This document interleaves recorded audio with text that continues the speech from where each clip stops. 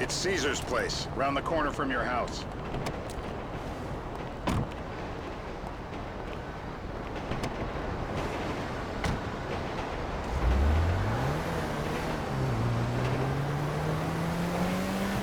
Yeah, the more I see of your boss, the more I like him. If I was you, I wouldn't be so critical of who others associate with. So is he gonna be a problem? For sure.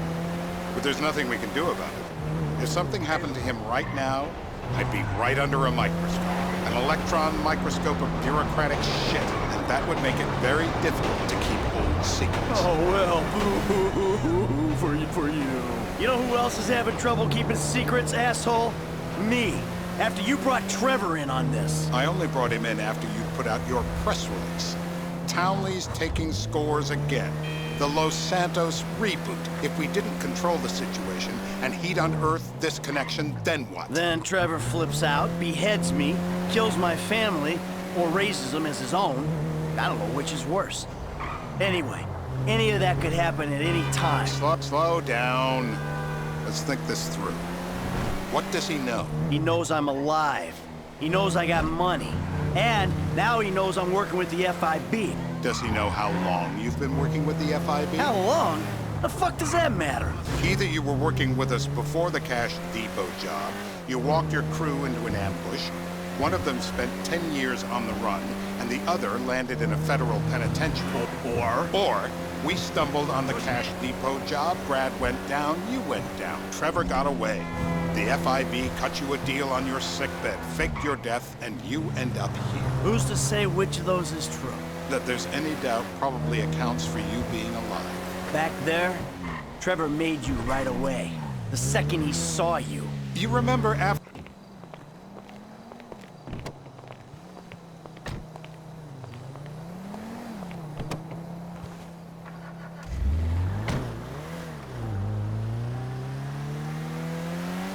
So how are Steve and Trevor getting along?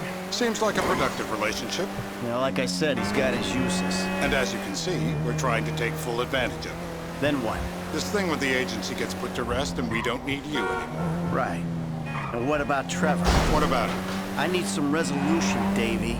You let him walk. You said you'd clean the whole thing up back in North Yankton. And you told me it'd be a clean job, no casualties. There were more eyes on that town than there needed to be. Yeah, well, according to my eyes, Trevor's your problem, Dave, as much as he is mine. He's not a problem at all. We're monitoring him. Has he said anything about Brad? Fuck yeah, he has. Plenty. I keep changing the subject. You know, he thinks you might actually commute Brad's sentence when this is all over. That's good. Fine work. We'll send another letter. It's about time anyway. Oh, so that's you who's been sending those fucking letters to Trevor, huh? Yeah. He thinks they're from Brad, who he thinks is locked up in high security and not... What do you see? I see a couple guys that are way too old and too fat to be doing a political assassination. We're live. You see anyone down there who might be an Azerbaijani? Fuck do I know? You might be an Azerbaijani for all I know. What's one look like? They look Eastern. Half this town looks Eastern, Davey. You got the fall of the Shah and the collapse of communism to thank for that. Anyone stand out? No, they all kind of blend in. Make a call, Dave. We're gonna need some more info on this guy. They're having a party down there.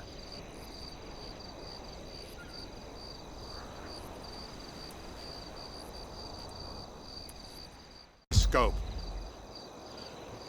Who am I looking for? Steve saying beard. What do you got? Anything specific, or is some stubble gonna cut it? Let's start at Mountain Men, and we'll work our way down until someone fits the profile. There's a few beards at this party. Vinewood's full of weak chins. Place is famous for it. Damn. Beards are in fashion in Chumash. Land of beach hipsters. We need more.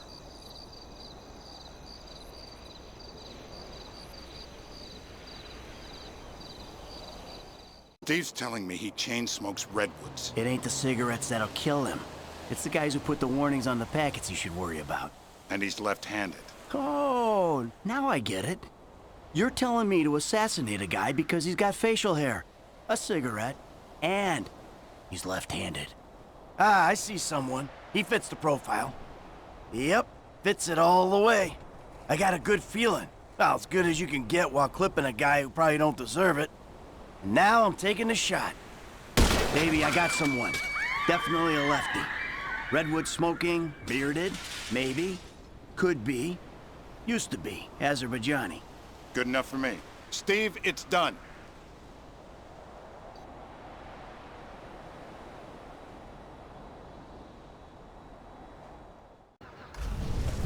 Hey, how's your mouth? It hurts. Can you speak? Kinda. Are you gonna hold it together? I want to go home. I want to see my family. No, you have no home. You have no family. That shit is over. I do. They're in the morning wood. I love them very much. No, that's your old life. That's over now. You're off the grid. You're one of the invisible people. Just take me home. I'm taking you to the airport. You're gonna get on a plane. You're flying a long way from this country and you're gonna spread your message. I don't have a message. You're a torture advocate. Advocate?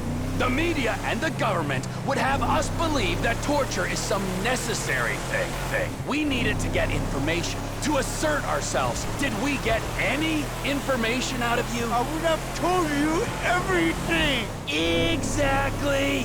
Torture's for the torturer, or the guy giving the order to the torturer.